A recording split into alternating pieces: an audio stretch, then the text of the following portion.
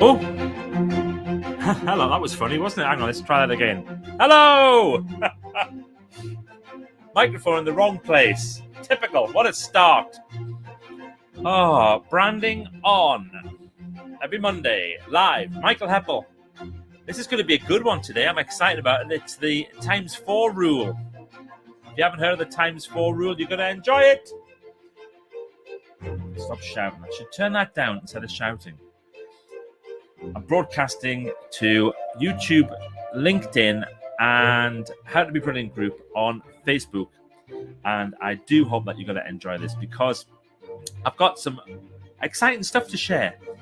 And of course, when people come in and they let me know where they're watching from, like this, Ian Pilbeam, who's watching from that Edinburgh. Not just any Edinburgh, but that Edinburgh. And there's Matthew Bird, who's in the land of smiles in Thailand. Could you get more disparate? Edinburgh, Thailand.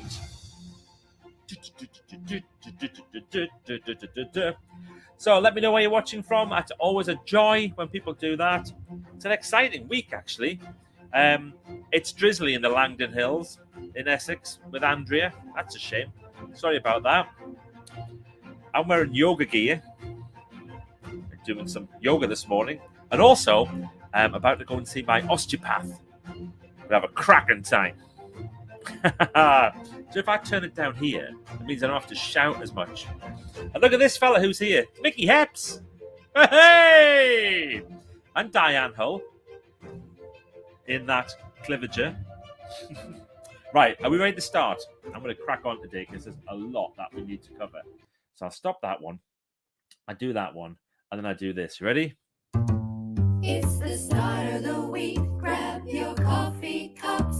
It's Magic Monday Live. So I'm talking about the times 4 rule. And the times 4 rule is very simple.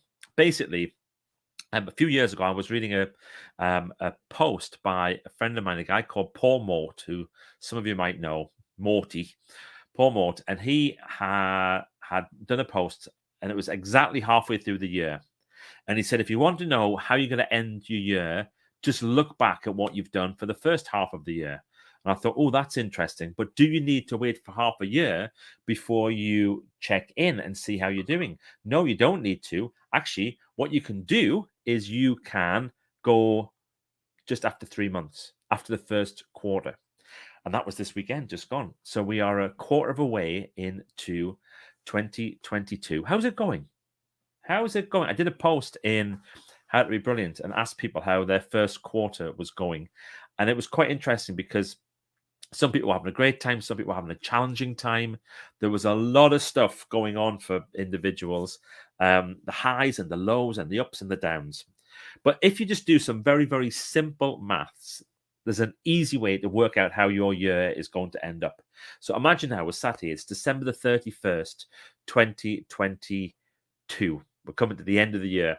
Oh my goodness. It feels like a long way off.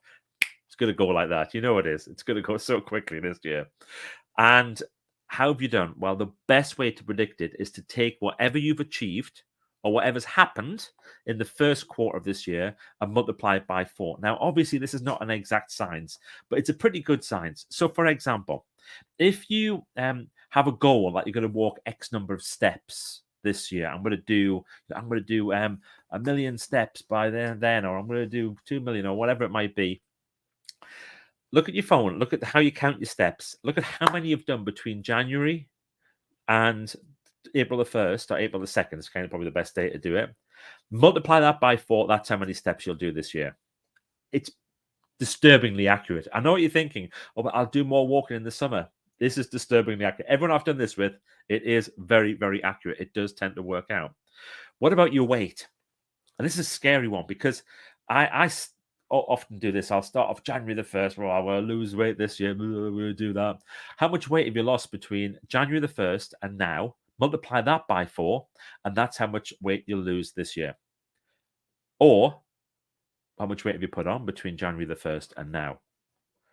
And did you want to? If you wanted to, great. If you didn't want to, multiply that by 4, and that's how you might end up at the end of the year. What about money? How much have you earned? People who run businesses, people who are bonus related, that type of thing. They kind of, I want to have a best year ever. 2022 is going to be the best year ever for my business. I've got a small business. I've got this. I'll do this or I'll do that. Whatever.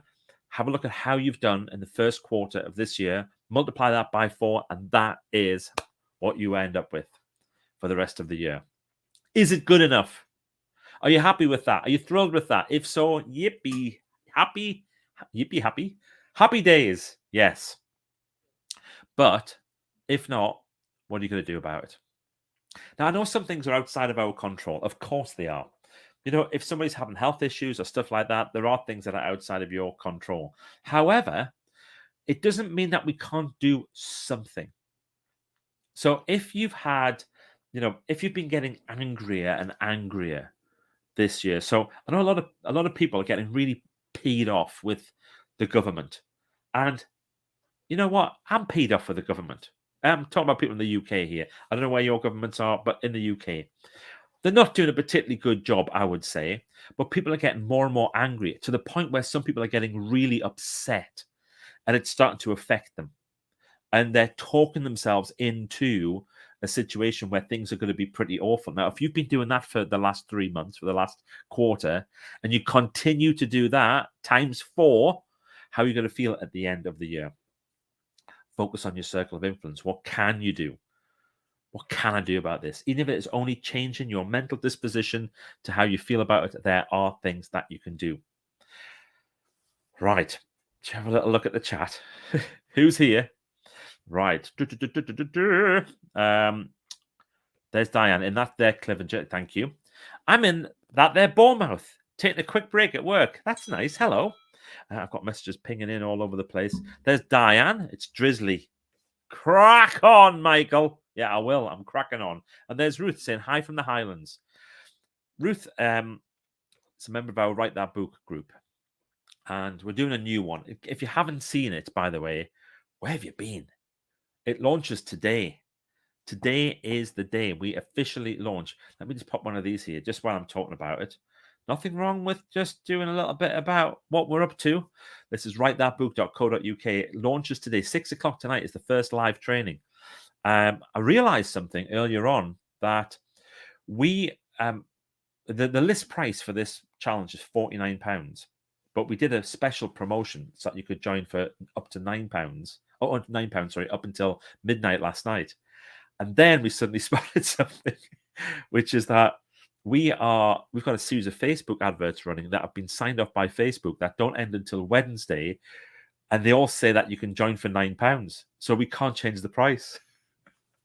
So what we were going to do was we were going to say we're going to kind of put the price up at midnight, and that was it. Now, if you want to sneakily get in for £9, you can. But on Wednesday, we definitely will be putting the price up once those ads finish. But yeah, so that was interesting because you're not allowed, obviously, you're not allowed to tell a lie. And now that we know about it, it would be awful, wouldn't it? If people had a Facebook ad said it's £9, click here and account was £49. So yeah, it's going to be staying £9 until Wednesday. So if you want to join and do the Write That Book challenge for just £9, it's on this week. Starts 6 o'clock tonight. We've got 321 people who are in and 298 who are members of a private Facebook group so far. Where's the other 22 people? Where are they? Where are those people who haven't joined the Facebook group yet? If that's you, join it now. Come on. It's going to be awesome. So yes, that's Write That Book. That's happening. That's good. What else is happening? Just take the banner off for a second. Who else is here? Let's check the times for... Let's check the times for rule to forecast this year. Simply see the last 3 months and all will become clear. I'll do that properly for you, Diane, because you write these wonderful poems and sometimes my execution of them could be a lot better. Let us check the times for rule to forecast for this year. Simply see the last 3 months and all will become clear. Thank you. It's Rachel in Bournemouth. I've been given access to StreamYard, but my phone was still not sure. We'll try again. Come on, blink an egg. This is just terrible. Mickey Heps is just saying, finishing the last few lines of my first draft. Can't believe I'm nearly finished. That's amazing. Mickey Heps only joined Write That Book on Friday, and look at what he's achieved. I think you might have done a bit of pre-work.